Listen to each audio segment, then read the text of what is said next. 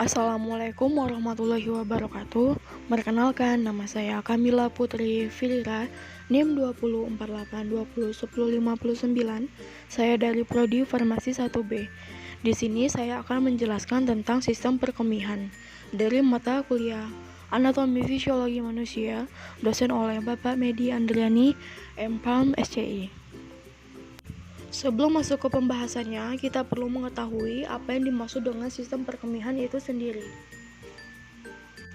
Sistem perkemihan berperan penting dalam kelangsungan hidup manusia, karena sistem ini berfungsi untuk menyaring darah dan menghasilkan urin yang didapat dari penyaringan sisa pembuangan yang ada di dalam tubuh dan air yang berlebih dari darah. Sistem perkemihan terdiri dari beberapa organ. Yang pertama ada ginjal, kedua renal pelvis, ketiga ureter, keempat kandung kemih, dan terakhir uretra. Proses pengeluaran urin itu sendiri dimulai dari ginjal yang fungsinya untuk mengeluarkan sekret urin. Kemudian masuk ke renal pelvis yang akan mengeluarkan urin yang dari ginjal tadi untuk menuju ke ureter. Di ureter, urin akan disalurkan ke kandung kemih. Lanjut di kandung kemih, itu akan mulai menyaring darah dan kemudian menghasilkan urin. Kemudian masuk ke bagian akhirnya, uretra, itu yang akan mengeluarkan urin dari kandung kemih. Di sini ada bagian-bagiannya. Ada ginjal, renal pelvis, ureter, kandung kemih, dan uretra di bagian bawah ini. Singkatnya, dari pembahasan tadi, urin kemudian akan disalurkan ke kandung kemih dengan melalui dua tabung tipis yang disebut ureter. Ketika kandung kemih penuh, ureter akan membuang urin melalui uretra. Begitu. Selain itu, sistem perkemihan dan ginjal juga berfungsi untuk menghilangkan cairan pembuangan yang disebut dengan urea, serta menjaga keseimbangan air, natrium, dan kalium. Urea sendiri diproduksi saat makanan yang mengandung protein dipecah dalam tubuh.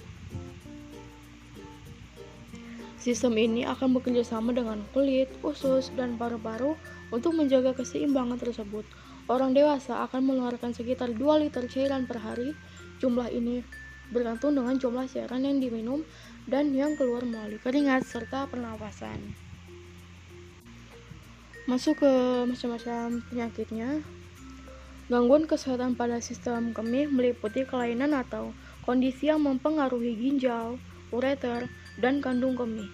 Beberapa contoh gangguan sistem perkemihan diantaranya kanker saluran kemih, ketidakmampuan mengontrol aliran urin, batu ginjal, gagal ginjal, hingga infeksi saluran kemih. Gejala dan pengobatannya tergantung pada gangguan kesehatan tersebut.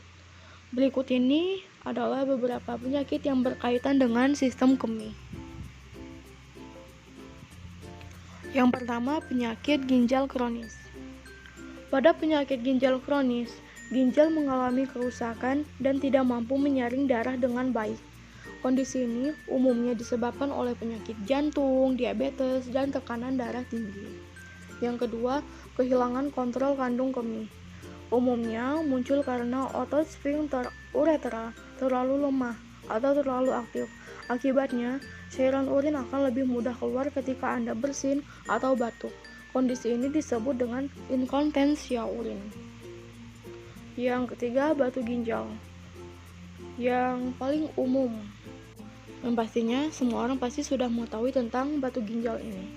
Batu ginjal memproduksi urin untuk mengeluarkan cairan pembuangan.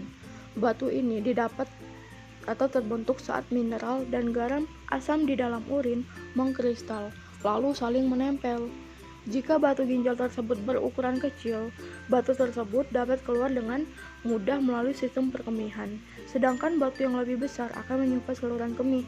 Kondisi ini akan menghambat keluarnya urin dan menimbulkan rasa nyeri.